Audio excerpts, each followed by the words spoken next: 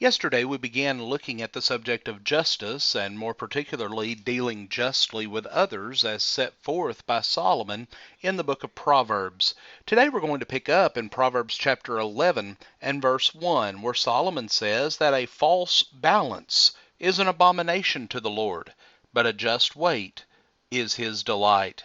Solomon teaches us here that we are to deal justly in our business transactions.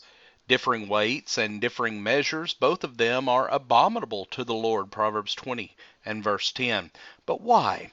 These differing weights and measures make it possible for one to charge the same price for a lower weight of grain or whatever good was being sold. As with moving the ancient boundary, as we discussed yesterday, it might be possible to use differing weights or a false scale and not get caught by those whom we are cheating. But that does not matter. God knows. Those who cheat others are an abomination to God, but those who deal justly are his delight. Solomon says the first to plead his case seems right, until another comes and examines him. The cast lot puts an end to strife and decides between the mighty ones, Proverbs 18, verses 17 and 18. The first verse here warns us against rushing to judgment before having all the facts and hearing both sides. The cast lot is a symbol of impartial judgment because the final outcome is unaffected by the will of man. Such impartial judgment is able to end strife and decide between mighty ones.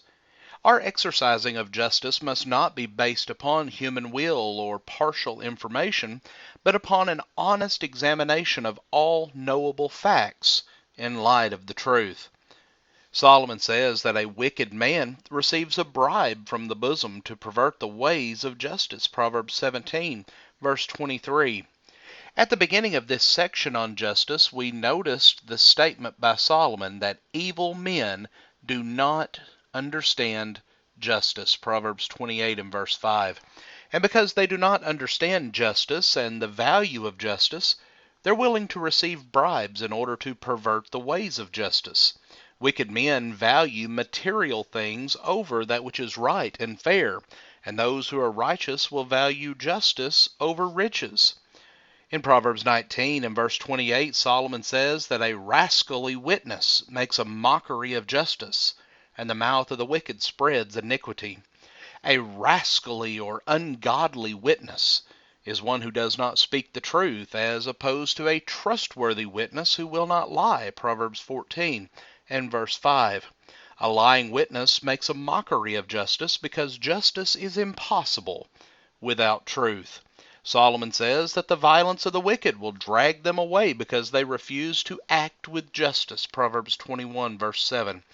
When justice is not carried out, there are negative consequences, and those who commit violence are dealing unjustly with others because they refuse to treat others as they ought to treat them, and eventually they will suffer for it themselves, either in this life as their fellow man carries out justice against them, or after this life following their appointment at the judgment seat of Christ.